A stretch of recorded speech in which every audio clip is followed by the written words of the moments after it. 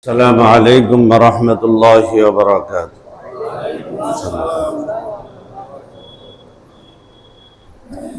الحمد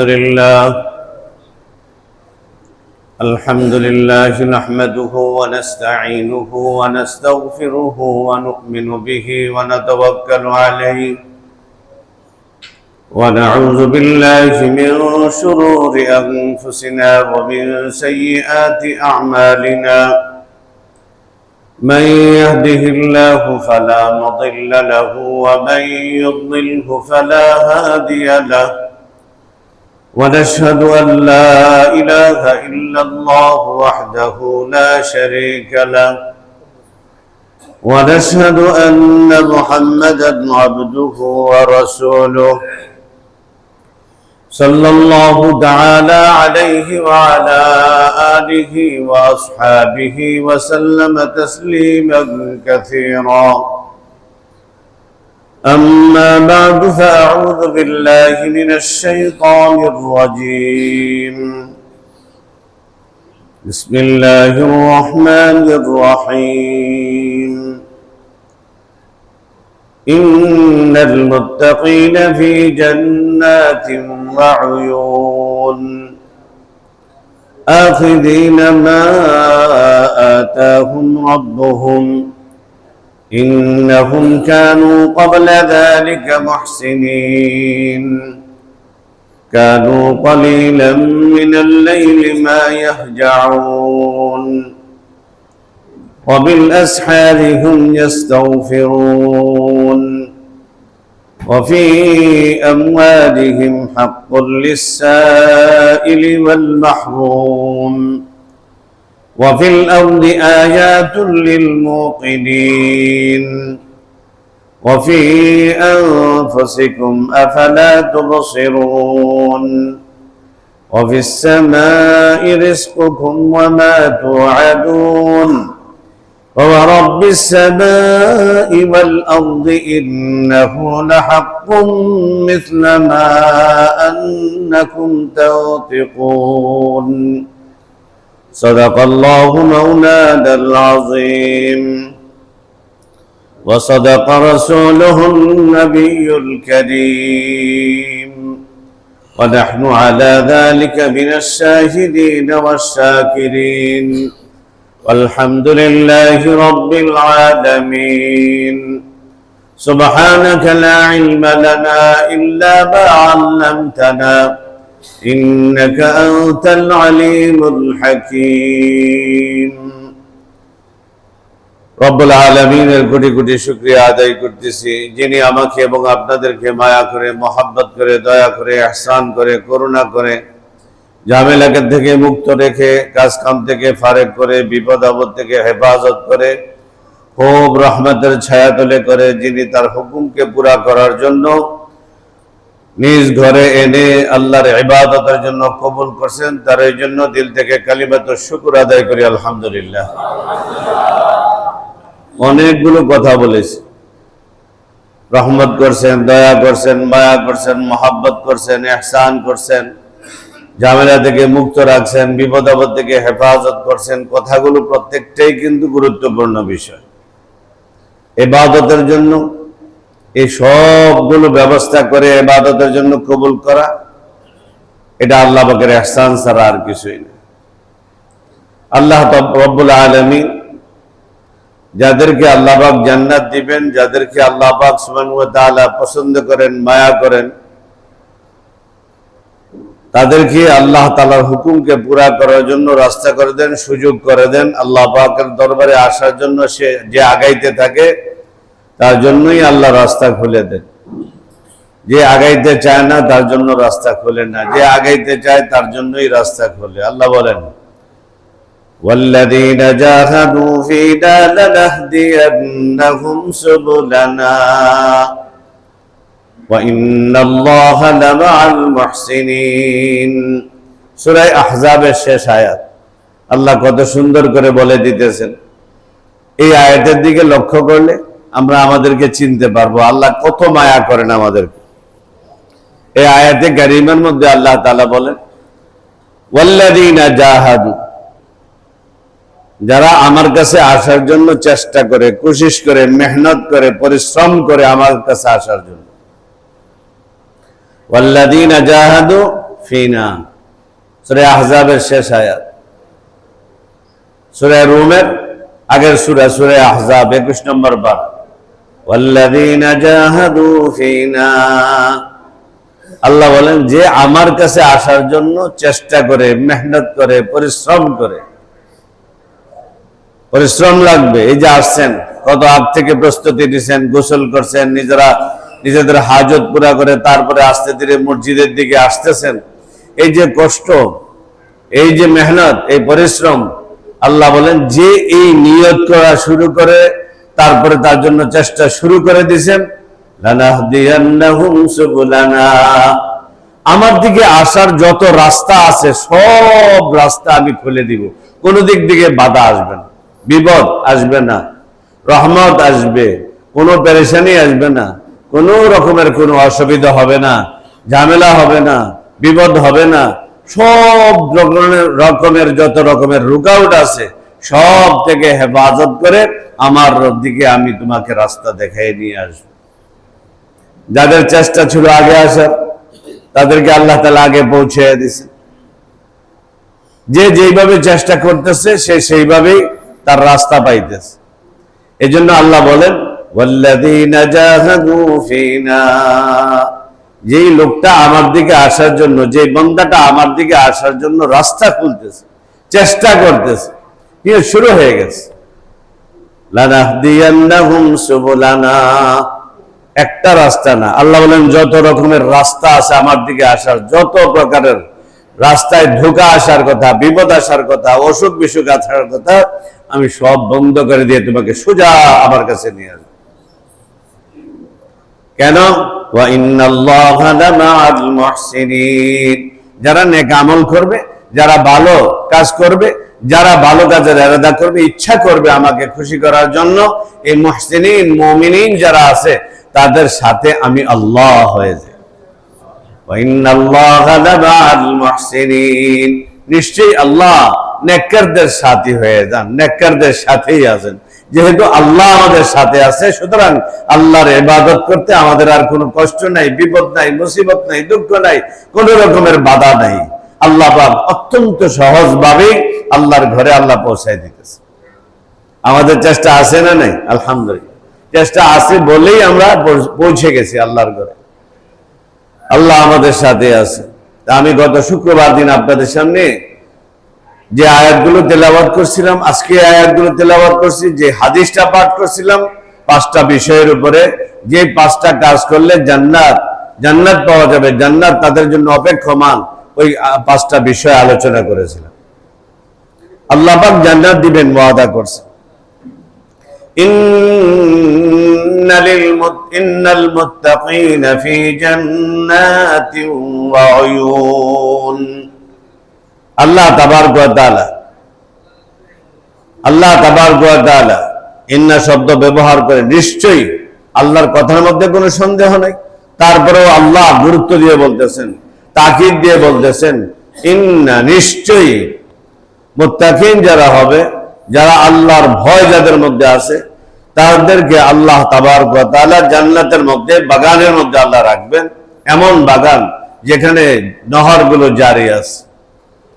এই জান্নাত আল্লাহ তাআলা দেওয়ার জন্যই আমাদেরকে আল্লাহ তাআলা কবুল করেছেন।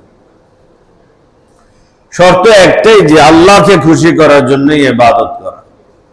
আরেকটা শর্ত, হালাল রিজিক খেয়ে ইবাদত করা। এই 2টা জিনিস যদি পাওয়া যায় আর কোনো সন্দেহ থাকে না। বান্দার মধ্যে 2টা জিনিস লাগবে। 1 নম্বর আল্লাহর জন্যই ইবাদত করা, 2 নম্বর হলো হালাল খানা, হালাল খাওয়ার পরে ইবাদত করা। ওই ইবাদতগুলো আল্লাহর কাছে কবুল হয়ে যায়। হারাম থেকে বর্জন করতে হবে। আল্লাহ পাক জান্নাত দিবেন, আল্লাহ তাআলা ওয়াদা করেছেন, এমন জান্নাত যার মধ্যে নহরগুলো আছে। একটা দুধের নহর, একটা মধুর নহর, একটা শরাবের নহর, আর একটা হলো একটা দুধ, মধু, পানি, আর একটা হলো শরাব। এই 4টা নহর আল্লাহ তাআলা রাখছে। এই নহরগুলো শুরু করতে, এই নহরগুলোর শুরু আছে, শেষ নেই। এই নহরগুলো শুরু আছে, শেষ নাই। আখিরাতের জীবনের শুরু আছে, শেষ নাই। আখিরাতের জীবনের শুরু আছে, শেষ নাই। তো আল্লাহ তাবারক ওয়া তাআলা যে নহরগুলো বানাইছেন, এটা শুরু আছে কিন্তু তার শেষ নেই। কারণ কি? এই চারটা নহরকে আল্লাহ তাআলা বানাইছেন আল্লাহ তাআলার যেই বিসমিল্লাহির রহমানির রহিম, বিসমিল্লাহির রহমানির রহিম, এখানে কয়টা শব্দ? চারটা শব্দ। চারটা শব্দ। এই চারটা শব্দের শেষ অক্ষর থেকে চারটা নহর আল্লাহ তাআলা বানাইছেন। হুজুর সাল্লাল্লাহু আলাইহি ওয়াসাল্লাম যখন মেরাজে গেলেন, এই নহরগুলো কোথা থেকে আসলো? তো একটা ঘর একদম উঁচা, একদম উপরে, এত সুন্দর। সেই ঘরের মধ্যে গেলেন, বলে চাবি কোথায়? বলে আপনি বলেন বিসমিল্লাহির রহমানির রহিম, বললেই খুলে যাবে। লম্বা ঘটনা। তো ঘরটা খুলে গেলেন, দেখলেন চার কোণাতে চারটা শব্দ আছে। এক জায়গার মধ্যে বিসমুন, আরেক জায়গার মধ্যে আল্লাহ, আরেক কোণার মধ্যে আর রহমান, আরেক কোণার মধ্যে রাহিম। চার কোণাতে চারটা শব্দ লেখা আছে। শেষ অক্ষর থেকে একটা নহর জারি হয়ে গেছে। বিসমুনের মিমের নিচের থেকে একটা ঝর্ণা শুরু হয়েছে। আল্লাহর শেষিতে যে হাটা আছে সেখান থেকে একটা নহর হয়েছে। আর রহমানের নুন থেকে একটা নহর শুরু হয়েছে। আর রহিমের মিমে থেকে একটা নহর শুরু হয়েছে। তো আল্লাহ পাকের এই নামগুলো, এই সিফতগুলো কোনোদিন শেষ হবে না, এই নহরও কোনোদিন শেষ হবে না।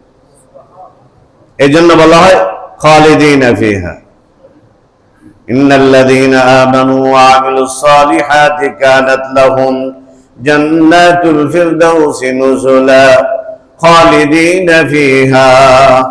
জান্নাত যেরকম সব সময়ের জন্য, জান্নাতের নহরগুলো সব সময়ের জন্য।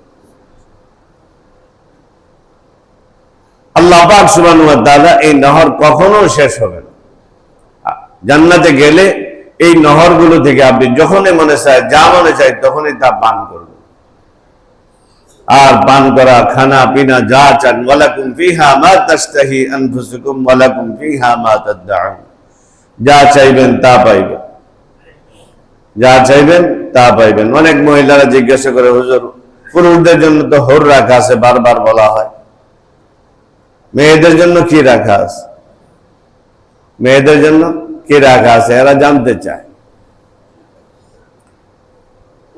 যে কোনো মানুষ যে কোনো মনে আসলে যে আল্লাহ জানি জান্নাতে আমাকে এটা দিবিনি, আল্লাহ পাক জান্নাতে গেলে ওইটা দিবিনি, আল্লাহ পাক জান্নাতে গেলে এটা চাইছিলাম, চাইবো তো দিব কিনা, এই আয়াতটা যদি স্মরণ থাকে সবার তো কোনো প্রশ্নই থাকে না। ওয়ালাকুম ফিহা মা তাশতাহি আনফুসুকুম, তোমরা জান্নাতে যাওয়ার পরে তোমার মনে যা চাইবে তাই পাইবে, যা চাইবা তাই পাইবে।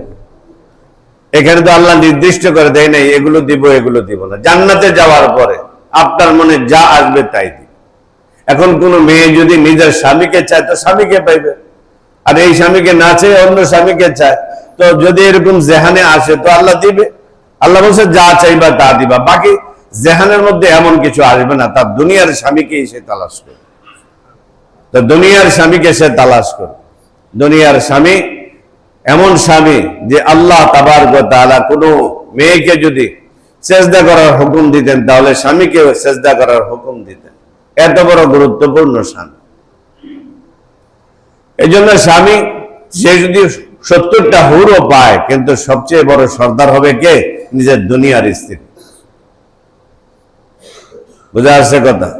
এই জন্য ভাই মহিলারা অনেক সময় আপনাদেরকে জিজ্ঞাসা করবে, জান্নাতে গেলে আপনাদেরকে তো হুর দিবে যেগুলো কখনো আপনাদের থেকে দূরে থাকবে না। তারা অনেক সুন্দরী, তাদের গুণ বলা হয়েছে যে তারা সূর্যের আলো থেকে আরো সুন্দর। তো আল্লাহ পাক সুবহানাহু ওয়া তাআলা এত সুন্দর হুরদেরকে রাখছেন। বলে স্ত্রী তো দুনিয়ার কালা ছিল, সেখানে কোনো কালো স্ত্রী থাকবে না, কালো মানুষও থাকবে না। আল্লাহ পাক জান্নাতীদেরকে সুন্দর করে ফেলবে। এই জন্য দুনিয়ার স্ত্রী হুরদের থেকে আরো বেশি সুন্দর থাকবে। এই জন্য নেককার স্ত্রী, তার জন্য তার সাথে সুন্দর আচরণ করা। স্ত্রী মারা গেল, স্বামী খুশি, তো স্ত্রীটা জান্নাতি। ওয়াজাওজু রাদিন, ওয়াজাওজু রাদিন, বলে স্বামী যদি তার উপরে সন্তুষ্ট থাকে সেই এই মহিলাটা জান্নাতে চলে যাবে। আবার স্ত্রী স্বামীর উপরে খুশি। অনেক স্ত্রী আছে স্বামীর উপরে অসন্তুষ্ট। কেন? যদি কোনো গুনার কারণে অসন্তুষ্ট হয় তাহলে তার উপরে আল্লাহ রাজ। যদি স্বামী নেক কাজ করে, তাকে ভালো কাজের জন্য বলা হইলে সে মানে না, তাহলে স্বামী দায়ী না, স্ত্রী দায়ী। যাই হোক, এখন আল্লাহ তাআলা বলেন জান্নাত দিবেন। জান্নাতে যারা যাবে তাদের গুণগুলো কি হবে সেটা আল্লাহ পাক সুবহানাহু ওয়া তাআলা একটা একটা করে বলে দিয়েছেন। এখন দেখতে হবে কোরআনে যে গুণগুলো বলা হয়েছে সেগুলো আমাদের মধ্যে আছে কিনা। আল্লাহ পাক জান্নাত দিবেন, কোন লোকগুলোকে দিবেন, কোন বান্দাকে দিবেন, তার গুণাবলী কি হইতে হবে আল্লাহ পাক এখানে পরিষ্কার করে দিয়েছেন। তাহলে আমরা যদি আল্লাহর কাছে জান্নাত চাই, জান্নাতুল ফিরদাউস চাই, তাহলে আমাদের আমলগুলো, আমাদের করণীয় কি হবে এটা আল্লাহ তাআলা বলে দিয়েছেন। কি বলে দিয়েছেন? আখিযিনা মা আতাহুম রাব্বুহুম, বলে দুনিয়া থাকাকালীন তারা আল্লাহ পাকের যে হুকুমগুলো আছে সেগুলোকে যথাযথ আদায় করার চেষ্টা করছে। তাহলে এক নম্বর গুণ হবে আল্লাহ তাআলার আদেশ এবং আল্লাহ তাআলার নিষেধ যেগুলো আছে সেগুলোকে পুরাপুরিভাবে মানার চেষ্টা করা। যদি পুরাপুরি মানতে তো পারবোই না, কমজোর বান্দা, কিন্তু চেষ্টা আমার ষোলোয়ানাই করতে হবে। আখিযিনা মা আতাহুম রাব্বুহুম ইন্নাহুম কানু ক্বাবলা যালিকা মুহসিনিন। বলে জান্নাত চাইতে হলে, জান্নাত পাইতে হলে তাহলে তোমাকে এক নম্বর আল্লাহ তাআলা যে হুকুমগুলো আছে, যে আদেশগুলো আছে সেগুলোকে পালন করা, যে নিষেধগুলো আছে সেগুলোকে বর্জন করা। তাহলে এই গুণটা আমার মধ্যে আছে কিনা। আল্লাহ বলেন কানু মুহসিনিন, তারা ছিল নেককার। যারা এই কাজগুলো করবে, আল্লাহর হুকুমকে পুরা করবে, আল্লাহ তাআলার নিষেধগুলোকে বর্জন করবে, তারা হলো নেককার। এই নেককাররা জান্নাতে যাওয়ার আগে আল্লাহ পাক তাদেরকে সওয়াব দিতেই থাকবেন, তারা পাইতেই থাকবে। দুনিয়াতে যত আমল করছে সব আমলের বিনিময় পাবে। একবার সুবহানাল্লাহ বলছে তার বিনিময় পাবে, একজনের জুতাটা সোজা করে দিছে তার বিনিময় পাবে, একজনের লাঠিটা উঠাইয়া দিছে সে পাবে। আল্লাহর নবী বলেন একজনের উপকার করার নিয়ত করলে, মসজিদে বসে 10 বছর ইতিকাফ করলে যে সওয়াব, আল্লাহ পাক তাকে সেই সওয়াব দান করে। উপকার করার নিয়ত করলে, উপকার করে ফেললে আল্লাহ পাক কি দিবেন? আল্লাহ বলেন আমি কত দিব সেটা আমি দেব। প্রত্যেকটা বিষয়, এক লুকমা খানা খাইলেন, সে আলহামদুলিল্লাহ বললো, 2 রাকাত নামাজ পড়লো, যা করলো, এগুলার সমপরিমাণ সওয়াব আমি আর আপনি পাইতেছি। কিন্তু এখন বুঝে আসে কি? এখন তো বুঝে আসে না, এগুলো দেখতেছি না, এই জন্য বুঝতেছি না। না দেখে আল্লাহর হুকুমগুলোকে মানা, না দেখে আল্লাহর কথাকে মানা, আল্লাহর নবীর কথা মানা, এটার নাম হইল ঈমান। এটার নাম হইল কি ভাই? ঈমান। এই যে কোরআনে যে কথাগুলো আসছে, আমাদেরকে আল্লাহ তাআলা পুরস্কৃত করবেন, এটা আমাদের ইয়াকিন আর বিশ্বাস এমন থাকতে হবে যে এখন সূর্য আছে, দুনিয়াতে আলো আছে, যেরকম কেউ অস্বীকার করতে পারবে না। সুতরাং আল্লাহর কথাগুলো তার চেয়েও বেশি ইয়াকিন আর বিশ্বাসের সাথে আমল করলে সে হলো পাক্কা ঈমানওয়ালা। কিন্তু আমরা মুখে মুখে মানি, দিলে কষ্ট হয়ে যায়, এইটাই হলো আফসোসের বিষয়। মুখ আর দিল একরকম হইতে হবে। ঈমান, আল ঈমান ইকরারুম বিল লিসানি ওয়া তাসদীকুম বিল জিনান ওয়া আমালুম বিল আরকান। ঈমান 3টা জিনিসের নাম। ঈমান কয়টা জিনিসের নাম? 3টা জিনিস। মুখে বলা, অন্তরে বিশ্বাস করা, অঙ্গ প্রত্যঙ্গের দ্বারা আল্লাহ তাআলার হুকুমকে বাস্তবায়ন করে দেওয়া। এই 3টা জিনিস যদি আমার মধ্যে পাওয়া যায় তাহলে আমি পাক্কা ঈমানওয়ালা। আমি মানি আল্লাহ এক, আল্লাহর হুকুমেই সবচেয়ে বড় হুকুম, আল্লাহর হুকুমের বাইরে যাওয়া যাবে না। কিন্তু মসজিদ থেকে বাইর হয়ে ঘোষের টাকা, সুদের টাকা, মিথ্যা কথা, ধোঁকাবাজি, চগলখড়ি, যত রকমের চাঁদাবাজি সব শুরু হয়ে যায়। তাহলে বোঝা গেল মুখে একটা, বাইরে গিয়ে ভিতরে আরেকটা।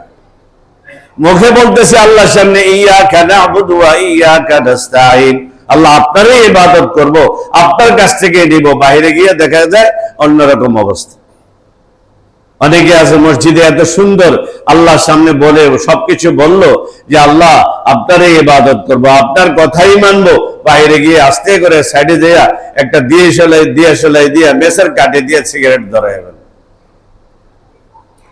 একটা ফোন করে একটা মিথ্যা কথা বলে ফেললো। তাহলে বললাম যে আল্লাহর হুকুম মানবো, বাইরে গিয়ে ব্যতিক্রম হয়ে গেল। বলতেছি যে আমি আল্লাহর হুকুমকে মানবো। আল্লাহর হুকুম নবীর তরিকা মানা। আল্লাহর হুকুম কি? নবীর তরিকা মানা। এটা আল্লাহ আদেশ করে দিয়েছেন। মা আতাকুমুর রাসূলু ফাখুযুহু, আল্লাহ বলেন তোমার রসুল তোমার জন্য যা নিয়েছে আমার থেকে এগুলো সব তুমি করো। ওয়া মা নাহাকুম আনহু ফান্তাহু, আর যেগুলো নিষেধ করছে সেগুলো বর্জন করো। আল্লাহর হুকুম নবীকে মানা, আদেশ যেগুলো করছে সেগুলো মানা, নিষেধ যেগুলো করছে সেগুলো বর্জন করা। মসজিদ থেকে বাইরে হই বা মসজিদে আসলাম, আল্লাহর যে হুকুমটা নবীর তরিকা মানা। আমার টুপির মধ্যে নবীর তরিকা আছে কিনা, আমার চুল কাটার মধ্যে নবীর তরিকা আছে কিনা, আমার মোষ রাখার মধ্যে নবীর তরিকা আছে কিনা, আমার দাড়ির মধ্যে নবীর তরিকা আছে কিনা, আমার জামার মধ্যে নবীর তরিকা আছে কিনা, আমার রাস্তায় চলার পথে নবীর তরিকা আছে কিনা, আমার খানার মধ্যে নবীর তরিকা আছে কিনা, আমার ব্যবসার মধ্যে নবীর তরিকা আছে কিনা, আমার নামাজের মধ্যে নবীর তরিকা আছে কিনা, আমার স্ত্রী চালানোর মধ্যে নবীর তরিকা আছে কিনা, সব দেখতে হবে, যেহেতু আল্লাহ তাআলার আদেশ। এখন যদি কেউ আল্লাহর হুকুম মানতে বলে যে আমি আল্লাহর হুকুম মানি, তাহলে রসুলকে মানারও একটা আদেশ আছে না নাই? আল্লাহ পাক সূরা হাশরের মধ্যে পরিষ্কার বলেন, মা আতাকুমুর রাসূলু ফাখুযু ওয়া মা নাহাকুম আনহু ফান্তাহু। ও আল্লাহর বান্দা, তোমার নবী তোমার জন্য যা আনছে সেগুলোকে ধরো, যেগুলো নিষেধ করছে সেগুলোকে বর্জন করো। তাহলে আমি কি পারলাম? আমার ঘরের মধ্যে পারলাম, আমার ব্যবসার ক্ষেত্রে পারলাম, চাকরির মধ্যে পারলাম, চলার পথে পারলাম, খাওয়ার পথে পারলাম কি পারলাম না? যদি পারি তাহলে আমি আল্লাহর হুকুম মানলাম, যদি পারলাম না তাহলে আল্লাহর হুকুমকে অমান্য করে দিলাম। তাহলে আমাকে দেখতে হবে আমি ওই গুণের মধ্যে আছে কিনা। আল্লাহ বলেন আমি জান্নাত দিব যদি তুমি মুহসিন হও। মুহসিন কাকে বলে? যে আল্লাহর হুকুমকে মানে, নবীর তরিকাকে মানে। আল্লাহর হুকুম মানার মধ্যে, আল্লাহর হুকুম আদেশের মধ্যে একটা হলো নবীর তরিকাকে মানা। কেউ নবীর তরিকার বাহিরে গেলে সে কখনো জান্নাতে যাইতে পারবে না। আমি আর আপনি যদি একদিকে চলি, নবীর সুন্নত একদিকে চলে, এই জন্য শেয়ার বলেন, তু কুজা ও সুন্নতে আহমদ কুজা, তু কুজা ও সুন্নতে আহমদ কুজা, বা মোহাম্মদ কাই বাবাদ নিসবত তোরা। তুমি চলো এক পথে, নবীর চলা হলো আরেক পথে। তাহলে নবীর সাথে তোমার সাথে দেখা হবে কিভাবে? নবীর সাথে তোমার সাথে সাক্ষাৎ হবে কিভাবে? তুমি চলছো ভিন্ন পথে, রসুল চলছে আরেক পথে। এই জন্য বলা হয় তুমি যদি জান্নাত পাইতে হয় তোমার মধ্যে নবীর সিফত গুলো আনতে হবে। আল্লাহ তাআলা বলেন মুহসিন ওই লোকটা যে লোকটা আমার হুকুম মানলে, আমার নবীর আদেশ মানল। তাহলে আমি কি সেই গুণ হলা হইতে পারলাম কিনা? যদি পারি তো আল্লাহর কোরআনে ডিক্লেয়ার দিছে তোমার জন্য জান্নাত, এবং তোমার জন্য জান্নাতের তলদেশে নহর গুলো আছে, এবং তুমি যা চাইবা তাই পাইবা। এখন আমার মধ্যে সেই গুণটা আসছে কিনা বলে আমাকে আমি প্রশ্ন করি। আমার ব্যক্তিগত জীবনে, আমার পারিবারিক জীবনে, আমার সামাজিক জীবনে, চাকরির ক্ষেত্রে, ব্যবসার ক্ষেত্রে, সর্বক্ষেত্রে আমি কি আমার এই কাজগুলো করতে পারি কিনা? আল্লাহর হুকুমকে রাখতে পারি কিনা? নবীর তরিকাকে রাখতে পারি কিনা? না পারলে আমি আর আশা করব কি? যদি আল্লাহ দয়া করে আমাকে জান্নাত দিয়ে দেয়, আমি চেষ্টা করতে থাকি আল্লাহর রহমত কখন আমার উপরে চলে আসে, আশা করতে থাকি, চেষ্টা করতে থাকি। চেষ্টাই করলাম না, তাহলে রহমত আসবে কিভাবে? অন্য আয়াতে যে আয়াত আমি আপনাদের সামনে পড়ছি, ওয়াল্লাযীনা জাহাদু, যেই লোকটা আমার দিকে আসার চেষ্টা করবে আমি তাকে আমার কাছে নিয়ে আসব। এই চেষ্টাটা তো আমার আপনার মধ্যে আছে কিনা? না আমি আগে যেরকম ছিলাম এখনো সেরকম, রমজানের আগে যেরকম ছিলাম রমজানের পরেও সেরকম, রমজান মাসে একটু মুসল্লি হইলাম, রমজান পাশে আর কোন বার্তা নাই, রমজান মাসে একটা তাকবীর উলা ছুটলো না, রমজানের পরে আমার তাকবীর উলা আছে কিনা? আমার জীবনের গত বছর থেকে এই বছরের আমল বাড়লো কি বাড়লো না, কমলো তো আমি ঠকে গেলাম, বাড়লো তো আমি আল্লাহর দিকে আগাইতে থাকলাম। আমাকে তো হিসাব করতে হবে। এই জন্য আল্লাহ বলেন আমি জান্নাত দিব, কিন্তু আমার শর্ত আছে, তুমি মুহসিন হইতে হবে, আল্লাহর হুকুম মাননেওয়ালা হইতে হবে, নবীর তরিকা মাননেওয়ালা হইতে হবে। তুমি মনে মনে মুখে মুখে বলবা আমি একজন মুত্তাকি, আমি একজন নেককার, আমি দিনদার, আমি এইরকম সেরকম, কিন্তু কোরআনের সাথে আমাকে মিলাইতে হবে। কোরআনের সাথে যদি মিলাইতে না পারি আমি একটা মিথ্যাবাদী, আমি একটা ধোঁকাবাজ। দাবি করলাম একটা, কিন্তু আমার কাছে দলিল নেই। কেউ যদি জমিনের দাবি করে, দলিল না থাকে, দুনিয়ার কোনো মানুষ এই জমিন তাকে দিবে না। এই জন্য বলা হয়, কেউ যদি দাবি করে আমি আল্লাহওয়ালা, আমি আল্লাহকে মানি, আল্লাহর রসুলকে মানি, কিন্তু আমার কাছে আমার চলার মধ্যে, আমার ধরার মধ্যে, আমার কথার মধ্যে, আমার ঘুমের মধ্যে, আমার ব্যক্তিগত জীবনে সব দিকে দেখা গেল যে আমার ব্যতিক্রম, তাহলে আমার দাবির সাথে দলিল নেই, সুতরাং আমি নবীর কাছে যাইতেও পারবো। বোঝা আসতেছে তো? এই জন্য প্রথম আয়াতের মধ্যে আল্লাহ শর্ত দিচ্ছেন, তুমি মুহসিন নইতে হবে, তুমি মুহসিন, অর্থাৎ তুমি আল্লাহর হুকুম মাননেওয়ালা, নবীর রসুলের তরিকা, নবীর তরিকা মাননেওয়ালা হইতে হবে। আল্লাহর হুকুম মানলাম, আল্লাহর হুকুম মানলাম, তা আমি ফরজ নামাজগুলো পড়ে চলে গেলাম, সুন্নতে মুআক্কাদা তো নবীর তরিকা, সুন্নতে মুআক্কাদা পড়লাম না। যেদিন ফরজ কমতে হবে, আল্লাহর নবী বলেন সেদিন এই নফল দিয়ে, সুন্নতে মুআক্কাদা দিয়ে আল্লাহ পাক ফরজগুলোকে পুরা করবেন। আমি যদি সুন্নতে মুআক্কাদা না পড়ে, সুন্নতে না পড়লে কি হবে? টুপিটা খুলে আসতে দিয়ে মসজিদ থেকে বাইরে হয়ে গেলাম, শুক্রবার দিন ফরজ নামাজ পড়ে সুন্নতে মুআক্কাদার দিকে না তাকায় বাইরে হয়ে গেলাম, বলে টুপিটা খুলে গেলাম, তাহলে আমি যেদিন যদি আমার এই নামাজটা কবুল না হয়ে থাকে, সুন্নতে মুআক্কাদা দিয়ে পুরা করা হবে, নফল দিয়ে পুরা করা হবে, আমি নফলকে নফল বলে ছেড়ে দিলাম, সুন্নতকে এটা সুন্নতে নাই কথা বলে ছেড়ে দিলাম, আমি যেদিন আটকায় যাবো সেদিন পাবো কোথায়? সেদিন পাবো কোথায়? অনেকেই আছে সুন্নত বলে ছেড়ে দেয়, নফল বলে ছেড়ে দেয়। আরে করবেন কি আপনি? আমি করব কি? আমি যে ছেড়ে দিলাম আমি করব কি? যে সময়টা আমার কাছে আছে ওই সময়টা আমি করব কি? কেন গেলাম? কি কিসে আমাকে নিয়ে গেল? আমি আল্লাহর কাছে থাকতে পারলাম না, বাইরে কার কাছে যাব? আমার আল্লাহর কাছে আমি যতক্ষণ থাকবো ততক্ষণ আল্লাহর রহমত বৃষ্টির মতো আমার কাছে পড়তে থাকে। আমি আল্লাহর থেকে দূরে সরলাম, তখনই আল্লাহ পাকের নাফরমানি করলে আমার উপরে গজব নাজিল হইতেছে। তাহলে আমি কেন, আমার কেন এত দ্রুতগামী, আমি কেন এত দ্রুত চলে গেলাম? কেন আমি সময়টাকে নষ্ট করে ফেললাম? আমার জীবনের একটা অংশ তো চলে গেল। আমাকে আল্লাহ জান্নাত এত সুন্দর করে সাজাইছেন, উজলিফাতিল জান্নাতু লিল মুত্তাকিনা গায়রা বাঈদ। আল্লাহ কত সুন্দর করে সুসংবাদ গুলো দিয়েছে, সেগুলোর দিকে আমরা তাকাই না, কোরআন নাই। এই জন্য আল্লাহ বলেন, আফালা ইয়াতাদাব্বারুনাল কুরআন, এই বান্দারা কোরআনটা নিয়ে একটু চিন্তা করস না কেন? একটু ভাবস না, একটু অর্থটা পড়স না, একটু দেখস না, বুঝস না আমি তোদের জন্য কি ওয়াদা করলাম? তোদেরকে একটু বুঝতে মনে যায় না? তোদেরকে একটু দিলে ধাক্কা লাগে না? এই কোরআনের মধ্যে আমি তোদের জন্য কি দিয়ে দিলাম? এই কোরআন ওয়ালারা, তোমরা একটু কোরআনটাকে বুঝো না? আমালা কুলুবিন আকফালুহা, ও বান্দা তোর দিলে কি আমি তালা লাগাই দিয়েছি যে তালা খুলতে পারস না? তুই দেখ না কোরআন শরীফ, তুই একবার দেখবি কয়টা জিনিস তোর দিলের মধ্যে মজা লাগাইয়া দেয়, তুই একটু দেখস না, চাস না কোরআনটা। আমিও জানলাম না, ছেলে মেয়েরাও শিখাইলাম না, আমার আওলাদ ফরজনদেরকে শিখাইলাম না, আমি যাবো কার কাছে? আমি যাব কোথায়? কোথায় যাব? অন্যের বাড়িতে যাইতেছি, আল্লাহর কবরটা আল্লাহর জায়গা, ওই আল্লাহর ঘরে যাইতেছি। আগে দুনিয়ার মানুষের কাছে যাইতে কোনো কিছু না নিয়ে গেলে লজ্জা লাগে, আল্লাহর কাছে যাইতে গেলে তুমি কোনো কিছু নিয়ে যাইবা না। তুমি কোন চিন্তায় যাইতেছো, কোন সাহসে যাইতেছো যে তোমাকে একদম সহজেই সবকিছু দিয়ে দিবে? এই জন্য ভাই, আল্লাহ পাক জান্নাতে দেওয়ার জন্য শর্ত দিয়েছে, তুমি মুহসিন হইতে হবে। তো যারা মুহসিন নেককার, তাদের গুণাবলী কি?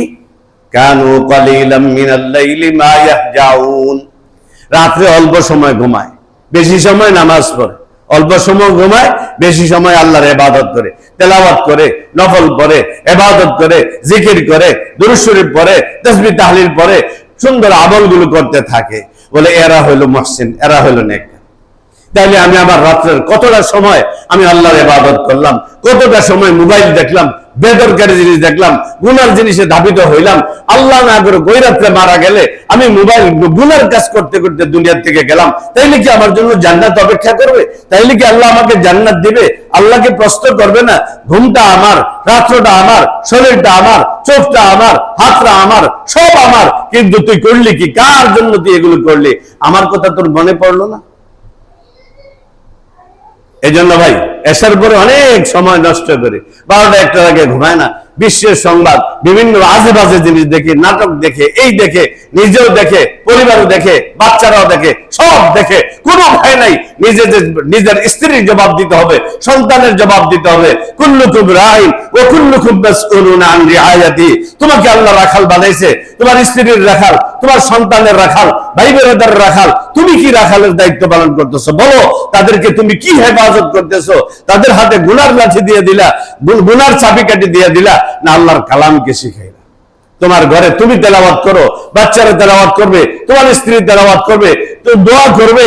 রাত্রে মারা গেলে তুমি আমলদারি হিসাবে উঠবে, ইবাদতের মাধ্যমে উঠবে, বলে এরকম।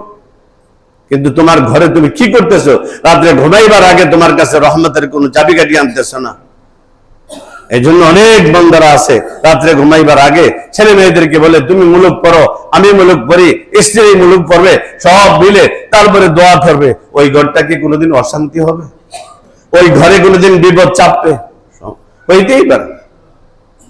কোথায় আমরা সকালবেলা দৌড়ে আসি হুজুরের কাছে, হুজুর আমার এই বিপদ, ওই বিপদ, ওই বিপদ। কেন? বিপদের জন্য তো আল্লাহ নবী সাল্লাল্লাহু আলাইহি ওয়াসাল্লাম বলে দিয়েছেন যে আমার উপরে দুরূদ শরীফ পড়বে বেশি বেশি, তার জন্য শান্তির জিন্দেগি হবে, অশান্তি কোনোদিন তার কাছেও আসবে না। যে ব্যক্তি কোরআনে কারীমের তেলাওয়াত করবে তার জন্য শান্তি আসবে, শান্তি আসবে, তার কোনো অশান্তি হবে না। ইবাদতের মজা লাগবে। আজকে গুনার মজা লাগে, কোরআনের মজা লাগে না। গুনার মজা লাগে, নামাজের মজা লাগে না। গুনার মজা লাগে, যাকাতের মজা লাগে না। গুনার মজা লাগে, বিভিন্ন এক কাজ করতে তার কষ্ট লাগে। তাহলে আমার পরিচয়টা দিলাম কি? আমি কি দাবি করতেছি? আমি যাব কোথায়? এগুলো কি চিন্তার বিষয় না? এগুলোই তো চিন্তার বিষয়। তা আল্লাহ বলেন যারা নেককার রাত্রে ঘুমায় না, রাত্রে ঘুমায় না, অল্প ঘুমায়। কানু কালিলাম মিনাল লাইলি মা ইয়াহজাউন মিন আয-যাবিযিয়া, অল্প সময় ঘুমায়। আখিরে যদি মারা যায়, আল্লাহ বলেন যে আমার জন্য রাত্র জাগ্রত করবে, কবরে আসলে তাকে এমন ঘুম দেওয়াই দিবে, এক ঘুমে কিয়ামতের ময়দানে উঠবে। তাহলে কেন? মোবাইল দেখে, মোবাইল দেখে সারা রাত্র কাটায় দেয়। আগে বাচ্চাদেরকে যদি মার কামড়া থেকে, মা বাপ থেকে দূরে সরাইতে, যদি বাচ্চারা কান্নায় ভেঙে পড়তো, 7 বছর 8 বছর হইলে ওই বাচ্চারা মার কাছ থেকে দূরে সরাইতে বলছে 7 বছর হইলে। যখন 7 বছর হয়ে যায়, মা বাবার কাছে ওই সন্তানকে রাখা নিষেধ, তাকে আরেক জায়গায় রাখা দরকার। তাহলে এখন 7 বছর হইলে না 5 বছর হইলেই বাচ্চা মা বাবার সাথে ঘুমায় যায় না, অটোমেটিকলি আলাদা হয়ে যেতে চায়। কারণ ওই মোবাইল, কারণ মোবাইল। বিভিন্ন নাটক দেখে রাত্রে অর্ঘুমা করে, মাথা গরম থাকে, স্কুলে যাইতে পারে না, কোনো কিছু যাইতে পারে না। আল্লাহ নবী বলেন 7 বছর হলে বিছানা আলোক করো। এই বাচ্চা যাইতে চাইতো না, যে এবার মা তোমার ছাড়া থাকবো না, জড়ায়া ধরে। এখন খালি কয় মা তোমরা লাগে থাকলে ঘুমে ডিস্টার্ব হয়, আলাদা রুম দাও। মোবাইলটা গোপনে লুকাই রাখে, এরপরে মনে করেন আর কি সিম এক জায়গায়, সেসিস এক জায়গায়, সব এক জায়গায় রেখে সব রাত্রে একসাথে জয়েন করে রাত্রে ঘুমাইতেছে মার কাছে, বাবার কাছে। মা সারা ঘুমাইতে পারে নাই, আজকে স্কুলে যাবো না, খুব পেরেশান লাগছে, ভালো লাগছে না তোমাদেরকে। সেটা আসলে ভুয়া। আসলে কি ভুয়া? আপনি চেক দিতে হবে আপনার বাচ্চাকে, চেক দিতে হবে বাচ্চাকে। ওই বাচ্চার হাতে যেন গুনার কাজ না ওঠে, কারণ আপনি দায়ী। আল্লাহ পাক সুবহানাহু ওয়া তাআলা বলেন এই রাত্রটাকে আল্লাহর ইবাদতে কাটাও। ওয়াবিল্লাহ সারিহুম ইস্তাগফিরুন। কি বলে? শেষ রাত্রে তুমি কি করো? ইস্তেগফার করো। তুমি সারাদিন দায়িত্ব পালন করছো, রাত্রে ঘুমাইছো, শেষ রাত্রে ওইটা ইস্তেগফার করো। আল্লাহ আমি আমার পরিবার চালাইতে, ছেলে মেয়েকে চালাইতে, ব্যবসার ক্ষেত্রে, চাকরির ক্ষেত্রে, সব ক্ষেত্রে আমার দ্বারা অনেক গুনাহ হয়েছে, আমাকে তুমি মাফ করে দাও। শেষ রাত্রে যখন সব মানুষ ঘুমায়, তুমি আল্লাহর সামনে দাঁড়াও। যখন আল্লাহর সামনে দাঁড়াইবা, আল্লাহ হাসবে তোমাকে দেখলে, যে এই বান্দা আমার মহব্বতে আমার সামনে দাঁড়াইছে, যা চাইবে তা পাইবে। গুনাহ মাফ চাইবে, গুনাহ মাফ করবে। ব্যবসার সমস্যা থাকলে ব্যবসার সমস্যার সমাধান হবে, চাকরির সমস্যা থাকলে চাকরির সমস্যা হবে, যে মামলার সমস্যা থেকে মামলা থেকে মুক্তি পাবে। আল্লাহ বলেন তুমি ইস্তেগফার করো, আর ইস্তেগফার করার দ্বারা আল্লাহ গুনাহ মাফ করে দেন, রিজিকে বরকত দেন, বাগ বাগিচায় বরকত দেন, কাবাই রুজির মধ্যে বরকত দেন। নূহ আলাইহিস সালামকে আল্লাহ বলেন, আমি সূরা নূহের মধ্যে আল্লাহ তাআলা বলেন, নূহ আলাইহিস সালাম তার কওমকে বলেন, ফাকুলতুস্তাগফিরু রাব্বাকুম ইন্নাহু কানা গাফফারা ইউরসিলিস সামাআ আলাইকুম মিদরারা ওয়া ইউমদিদকুম বিআমওয়ালিকুম ওয়া বানিন ওয়া ইয়াজআল লাকুম জান্নাতিন ওয়া ইয়াজআল লাকুম আনহারা মা লাকুম লা তারজুনা লিল্লাহি ওয়াকারা। কি কি সুন্দর করে আল্লাহ ওয়াদা করছেন, যদি কেউ ইস্তেগফার করে তাকে কি দিবেন? বিপদমুক্ত করবেন, রিজিক দিবেন, সন্তানাদি দিবেন, বরকতের দিবেন, কামাই রুজির মধ্যে বরকত দিবেন। সব তো আল্লাহ সূরা নূহের মধ্যে বলে দিয়েছেন। এই জন্য শেষ রাত্রে উঠে কান্দি না, ইস্তেগফার করি না, গুনাহ মাফ চাই না। আমার আখলাক সুন্দর, ছেলেমেয়ের আখলাক সুন্দর, স্ত্রীর আখলাক সুন্দর, সমাজের আখলাক কিভাবে সুন্দর হয় তার জন্য চিন্তা ফিকির করা, রাত্রে আল্লাহর কাছে কান্নাকাটি করা, দিনের বেলায় চেষ্টা করা। এই জন্য আল্লাহ তাআলা বলেন ওয়াবিল্লাহ সারিহুম ইস্তাগফিরুন, যারা জান্নাতি হবে দুনিয়াতে তাদের একটা নমুনা হলে তারা শেষ রাত্রে কাঁদবে। আর আমরা সারা রাত্র অঘুমা করে শেষ রাত্রে ঘুমাইতে থাকি। আল্লাহর নবী বলেন তোমরা রাত্রের প্রথম অংশ ঘুমাও, শেষ রাত্রে উঠে আল্লাহ তাআলার কাছে আল্লাহর সামনে দাঁড়িয়ে যাও। বলে ওই লোকটার প্রতি আল্লাহ তাআলা দেখে দেখে হাসেন, যে লোকটা শেষ রাতে তাহাজ্জুদের জন্য উঠলো আর আল্লাহর সামনে দাঁড়ায় গেল। আল্লাহ বলে মুস্কি মেরে হাসে আর বলে আমার বান্দা আমার কত বড় আশ। যে লোকটা নামাজের কাতারে দাঁড়াইলো মসজিদে এসে, এই লোকটা দেখে দেখে আল্লাহ তাআলা হাসেন। যে লোকটা যুদ্ধের ময়দানে, জিহাদের ময়দানে দ্বীনের জন্য কাতার সারিবদ্ধ হয়ে দাঁড়ায় গেল, যুদ্ধের ময়দানে নেমে গেল, এই লোকটা দেখে দেখে আল্লাহ তাআলা হাসেন। ইন্নাল্লাহা লা ইয়াযহাকু মিন সালাসাতি মাওয়াদি', তিন জায়গার মধ্যে আল্লাহ, তিন কারণে আল্লাহ তাআলা বান্দাকে দেখে দেখে হাসেন। এই বান্দা হাসার একটা হলো, এক নম্বর শেষ রাত্রে উঠলে, দুই নম্বর নামাজের প্রথম কাতারে দাঁড়াইলে, তিন নম্বর জিহাদের ময়দানে যখন সে দাঁড়িয়ে। এই হলো গুণ। জান্নাতি ব্যক্তিদের গুণ হবে দুনিয়াতে কি? তারা শেষ রাত্রে উঠবে। যে শেষ রাত্রে উঠবে তাকে আল্লাহ জান্নাত দিবে।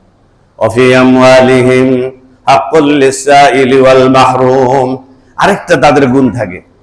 তাদের যে সম্পদ আল্লাহ পাক দিয়েছেন, মাল দৌলত যাকে যা দিয়েছেন, এখানে তাদের কয়েকটা মানুষের হক আছে। মিসকিনদের হক আছে, গরিবদের হক আছে, মাহরুমদের হক আছে। গরিব মিসকিন, এতিম মিসকিন, তাদের হক আছে। আপনি দেখতে হবে কে গরিব, কে এতিম, কে মিসকিন, কে বিধবা, এদের জন্য আপনি দিতে হবে। আর মাহরুম, মাহরুম কারা? মাহরুম বলা হয় যারা মানুষের নিকটে কখনো হাত পাতে না, হাত পাতে না। للفقراء الذين احصروا في سبيل الله لا يستطيعون ضربا في الارض يحسبهم الجاهل اغنياء من التعفف تعرفهم بسيماهم لا يسألون الناس إلحافا। মাহরুম কাদেরকে বলা হয়? মাহরুম বলা হয় যারা আল্লাহর রাস্তায় থাকার কারণে কোরআন হাদিস পড়ার জন্য চলে গেছে এবং বিভিন্ন নেক আমল দিন শিখার জন্য চলে গেছে, ইলম শিখার জন্য চলে গেছে, আল্লাহর রাস্তায় জিহাদের জন্য চলে গেছে। এরা গিয়ে তাদের মাল খরচ হয়ে গেছে, নেই, এখন তারা মাহরুম, তারা কারোর কাছে হাত পাতে না। লা ইয়াসআলুনা আন-নাসা ইলহাফা, কখনো মানুষের উপরে পয়রা কখনো চায় না, কখনো মানুষের কাছে হাত পাতে না, মানুষের কাছে চায় না, সব ভেদ আল্লাহর কাছে বলে। আল্লাহ তাকশিফা সিতরি গায়রাক, আল্লাহ তোমার আমার ভেদটা তোমাকে ছাড়া আর জন্য কেউ না জানে। গোপনে গোপনে এরকম কাঁদে আল্লাহ তাআলার কাছে, আল্লাহর কাছে চায়। দুনিয়ার কোনো মানুষের পিঠের উপরে তারা পড়ে না, তারা গায়ে গায়ে পড়ে আমাকে দেন, আমাকে দেন, এরকম বলে না। এই লোকগুলার দিকে তাকাইতে হবে। এরা কারা? এরা তাফসীরে জালালাইনের মধ্যে পরিষ্কার লেখছে যে জিহাদের কারণে, ইলম শিক্ষার কারণে, কোরআন হিফজের কারণে, অর্থাৎ যারা নাকি মাদ্রাসায় লেখাপড়া করে, অসহায়, তারা টাকা পয়সা নেই, এদেরকে তোমরা দাও, তোমার মালের মধ্যে তাদের হক আমি আল্লাহ রেখে দিয়েছি। লিসাইলি ওয়াল মাহরুম, সাইল যারা মুহাজির, যারা হিজরত করে গেছেন, তাদের কোনো কিছুই ছিল না। তারা আসহাবে সুফা, ইলমের পিপাসার কারণে আল্লাহর নবীর জবানে মুবারক থেকে যা বাহির হবে তা পাওয়ার জন্য, তা শেখার জন্য, তা উম্মতের কাছে পৌঁছাই দিবার জন্য কোনো ব্যবসায় যায় নাই, কোনো কাজ কারবারে যায় নাই, সর্বদা নবীর পাশে চলে থাকছেন। বলে এদেরকে তোমরা কি বলো? তারা হইল ইলহাফা, লা ইয়াসআলুনা আন-নাসা ইলহাফা, তারা হইল মাহরুম। তারা কখনো মানুষের কাছে চায় না, যা আল্লাহর পক্ষ থেকে আসবে তাই খাবে, তাই করবে। এদেরকে দেখে দেখে দেও। আল্লাহ বলেন সীমাহুম ফি বুজুহিহিম, তাদের আলামত দেখে তাদেরকে চেনা যায়। তাদের কপালের মধ্যে আল্লাহর পায়ের মধ্যে সেজদা দেওয়ার নিশান তাদের মধ্যে আছে। আল্লাহ পাক সুবহানাহু ওয়া তাআলা বলেন ইয়াহসাবুহুল জাহিলু আগনিয়া, যারা জাহেল, অজ্ঞ, মূর্খ, তারা মনে করে এরা খুব ধনী, এর দরকার লাগলে তো আমার কাছে চাইতুই। লা ইয়াসআলুনা আন-নাসা ইলহাফা, তারা কখনো প্রকাশ্যে ভাবে কারোর উপরে যে তাদের কাছে চায় না। তোমরা তাদের চিহ্ন দেখে দেখে তালাশ করে করে তাদেরকে বাহির করো। আজকে তো মনে করেন মাদ্রাসার এতিম গরিব ছাত্রের জন্য আসলে হুজুর পরে দেখা করে, এরকম হয় না? না হয়, ধমক দেয়। কি লেগে আসলো? জাকাতের টাকার লেগে আসলো। কিসের জন্য আসলো? মান্নাতের টাকার লেগে আসলো। এই দিয়ে কার জন্য? গরিবের হক, লিসাইলি ওয়াল মাহরুম। এখন জাকাতের টাকা আপনি জাকাত দিবেন, একজন আসছে জাকাতের টাকার জন্য আসছে, আর আপনি তার একটা ধমক দিয়ে সরাই দিলেন। হুজুর দেখা ঘিনাইলেন, হুজুর একটু পরে দেখা করেন। হুজুর বলে, হুজুর আমি তো জাকাতের লেগাই নেই, আমি আসছি আপনাকে একটা কথা বলার জন্য। তো ও আচ্ছা ঠিক আছে।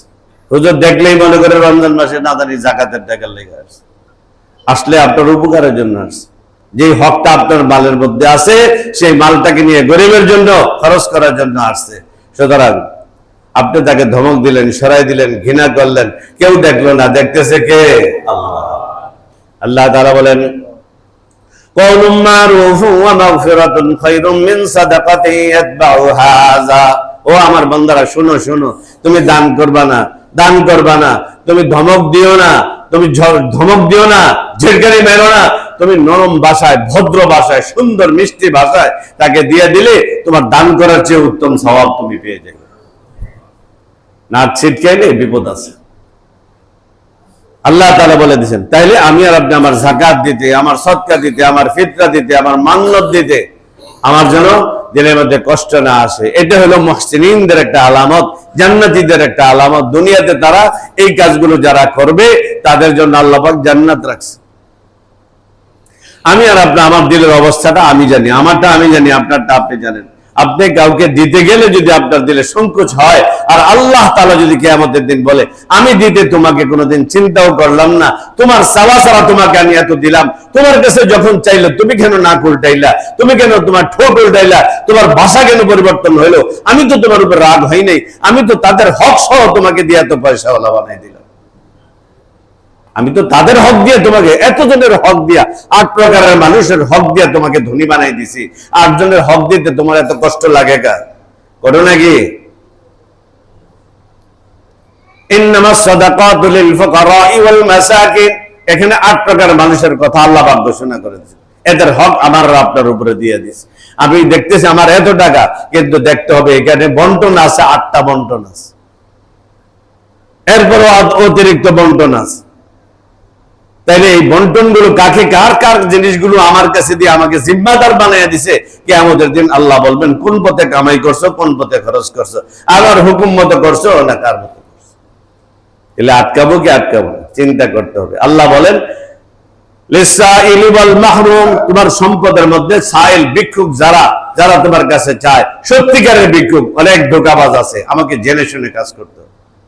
এরপরেও যদি আমি কাউকে দিয়ে দিলাম, আমার ভুল হইলো, আসলে সে ভিক্ষুক না, তাহলে যে চাইলো সে গুনাহগার হবে, আর যে দিল তার কোনো গুনার সওয়াবের মধ্যে কোনো কমতি হবে না, পুরোপুরি সওয়াব পেয়ে যাবে। আল্লাহ তাবারক ওয়া তাআলা বলেন,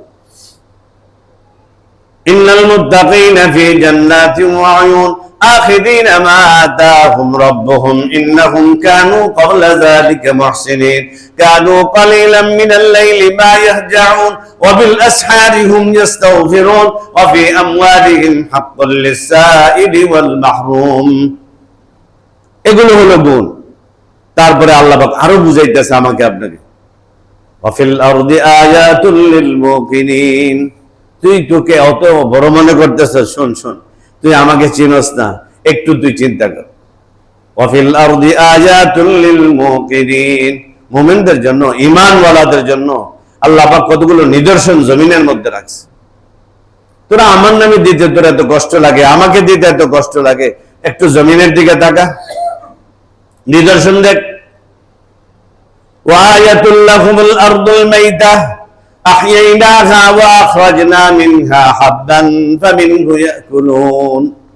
দেখ তোর একটা নিদর্শন তোর জমিনের মধ্যে, একটা মরা জমিন, সেখানে কোনো ঘাস বাস কিছুই ওঠে না। আরব দেশে গেলে দেখা যায় কোনো কিছু নেই, সব শেষ। একটা বৃষ্টি হলে তারপরের দিন দেখা যায় সবুজ কি যেন পাহাড়ের মধ্যে উঠে গেছে, পাথরের মধ্যে উঠে যায়, জমিন শুকনা, কিছুই ওঠে না। এক বৃষ্টি দিছে, পানির ব্যবস্থা করে দিছে, সেখানে তোমার অনেক ফসল তুমি ব্যবস্থা করতেছ। তুমি একটা বীজ তুমি দিছো মাটির নিচে, আলুর বীজ তুমি মাটির নিচে দিছো, আলুটাকে পচাইয়া সেখান থেকে একটা গাছ উঠাইয়া দিছে। আল্লাহ বলেন আয়াতুল লাহুমুল আরদুল মাইতা, একটা মরা জমিনের দিকে তাকাও, একটা জমিন তার মধ্যে কোন রকমের কোন ফসলাদি নাই, দেখো। আহইয়াইনাহা, আমি সেটাকে জীবিত করে ফেললাম। তুমি যা এক বৃষ্টির ফোঁটা পেয়ে মাটিটা সতেজ হয়ে সেখান থেকে তোমার জন্য গাছ উঠাইয়া দিল। কে করলো? আমি আল্লাহই তো করলাম। তোমার এত সম্পদ, তোমার এত কিছু, এগুলো তো আমিই দিছি। দেখো জমিনের মধ্যে সমুদ্র দিলাম কেন? তোমাদের সুবিধার জন্য। এই সমুদ্রের পানি তোমাদের কাজেই ব্যবহার হয়, এই পাহাড় তোমাদের জন্যই ব্যবহার হয়। কেন? আল্লাহ বলেন পাহাড়গুলো যে দেখতেছো তুমি, আমি রঙে রঙে বানাইছি? না না না, পানির উপরে দুনিয়া, এই দুনিয়াটা যেন পানির কারণে এরকম ঢেউ না খেলে, এই জন্য পাহাড় দিয়ে আমি প্যারাক দিয়ে বানাই দিলাম। জমিনকে সুন্দর রাখার জন্য, সমতল রাখার জন্য, জমিনে উঠা বসা চলাফেরায় তোমার ঘুমায় কোন রকমের অসুবিধা না হয়, জমিনের ভারসাম্য সমান রাখার জন্যই আমি পাহাড়টা দিয়ে দিলাম। তাহলে তোমাকে আমি এত দিলাম, তুমি একটু নিদর্শনগুলো দেখো, তুমি গাছপালার দিকে তাকাও, তোমার সব ক্ষেত খামারের দিকে তাকাও, ফসল আলুদের দিকে তাকাও। আমি যদি একদম বন্ধ করে দিই, একদিনে সব ধূলিসাৎ করে দিই, তাহলে পরের দিন তোমরা তো হাহাকার ছুটে যাবে। একটু খিদার কারণে রমজান মাসের সারাদিন 12 কয় ঘন্টা, 14 ঘন্টা 15 ঘন্টা না খাওয়ার কারণে আসরের পর থেকে মুখে দুর্গন্ধ আসে, কারোর সামনে কথা বলতে হলে মুখ ঢেকে রাখতে হবে। তাহলে তোমাকে 2 দিন 3 দিন যদি খানা না দিই, 5 দিন 10 দিন যদি তোমার ব্যবস্থা না থাকে, তখন তোমার শক্তি কোথায়, তোমার বাহাদুরি কোথায়, তোমার পাওয়ার কোথায়, তোমার সব তস্তস হয়ে যাবে। এই জন্য যুলকারনাইন, ইয়াসআলুনাকা আন যুলকারনাইন, যুলকারনাইন পাশ্চিম থেকে মাগরিব, পূর্ব থেকে পশ্চিম, উত্তর থেকে দক্ষিণ, সারা দুনিয়াতে সফর করছে একটা লোক, সেটা হলো যুলকারনাইন সিকান্দার বাদশা। সে যখন চীন রাজ্যকে দখল করার জন্য গেছেন, লম্বা ঘটনা। তো তিনি যখন গেছেন একজন ফকির মিসকিনের বেশে গেলে, যাওয়ার পরে শাহজাদি বাদশার মেয়ে, তৎকালীন সে খুব আল্লাহওয়ালা ছিল, খুব ইবাদতগার ছিল। তখন তিনি বুঝে ফেললেন যে যুলকারনাইন ছাড়া এই সাহস কারো করতে পারে না। বলছে ভিতরে আসো। ভিতরে আসছে। আসার পরে কিসের জন্য আসছো? আসার জন্য সাথে সাথে সে অ্যাটাক করবে একা, শূন্য সম্বন্ধ সব বাইরে রেখে গেছে। একটার পর এক দেশ দখল করতে করতে চীনের মধ্যে যখন গেল, চীনের রাজকন্যা দেখে বুঝে ফেললো, বাবাকে বললো, বাবা এইটাই হইলো যুলকারনাইন, তার এত বড় সাহস, সে একটা গরিবের ভেষ ধরেই আমাদের এখানে আসছে, সুতরাং তাকে একটু শায়েস্তা করতে হবে। কিভাবে? আসার সাথে সাথে তাকে একটা কামরার ভিতর রাখা হলো, যেখানে ফ্যান নাই, লাইট নাই, কোনো কিছু নাই, দরজা জানালা কিছুই নেই, নিয়ে 3 দিন আটকে রাখছে। 3-4 দিন আটকানোর পরে এখন মাথা নিচের দিকে দিয়ে ফেলছে। এক তো মুসাফির সফর করে আসছে, আর এক তো হলো পেটের খিদা, 3-4 দিন পানি নাই, খানা নাই, কোনো কিছু নেই। এখন অনেক স্বর্ণ সামন্ত সবকিছু তার সামনে রেখে তাকে বাইর করে নিয়ে আসছে। তো বসাইছে মাথা নিচের দিকে। তো বাদশার কন্যা বলে, তুমি মাথাটা উঠাও, দেখো তোমার সামনে যা আছে সব নিয়ে নাও, সবকিছুর মালিক হয়ে যাও। তো বলতেছে, এখন আমার কোনো জিনিসের চাহিদা নাই, শুধু 2 লোকমা খানার দরকার। এই কথা বলার সাথে সাথেই বলতেছে, না এগুলো তোমাকে খানা দেওয়া হবে না, বাকি সব তোমার জন্য রাখা আছে। স্বর্ণ দেখো, চাঁদি দেখো, রূপা দেখো, যত কিছু আছে সব দেখো, হীরামণি মুক্তা যা আছে, তাই আমার কোনো কিছুর দরকার নেই, এখন আমার 2 লোকমা খানার দরকার। তখন বললো, তোমার যদি 2 লোকমা খানারই দরকার হয়, তাহলে একটার পর একটা দেশ দখল করার তোমার দরকার নেই। তুমি কেন দুনিয়ার পিছে পাগল হইছো? তুমি আল্লাহর জন্য পাগল হয়ে যাও। তখন যুলকারনাইন বলছে, আজ থেকে আমি তওবা করলাম, আর কোনো দেশ দখল করবো না, আমাকে খানা দাও। খানা দেওয়ার পরে এরপরে যখন সুস্থ হইলো, সৈন্য সামন্তকে বললেন, আমার আর বাদশাহী দরকার নাই। যুলকারনাইন তখন পাহাড়ে গিয়ে আল্লাহ তাআলার ইবাদত শুরু করলেন, বাকি জীবনটা আল্লাহর ইবাদতে কাটাই দিলেন। এজন্য ভাই, আল্লাহ পাক সুবহানাহু ওয়া তাআলা সম্পদ দিয়েছে, আল্লাহ পাক আমাকে সবকিছু দিয়েছে।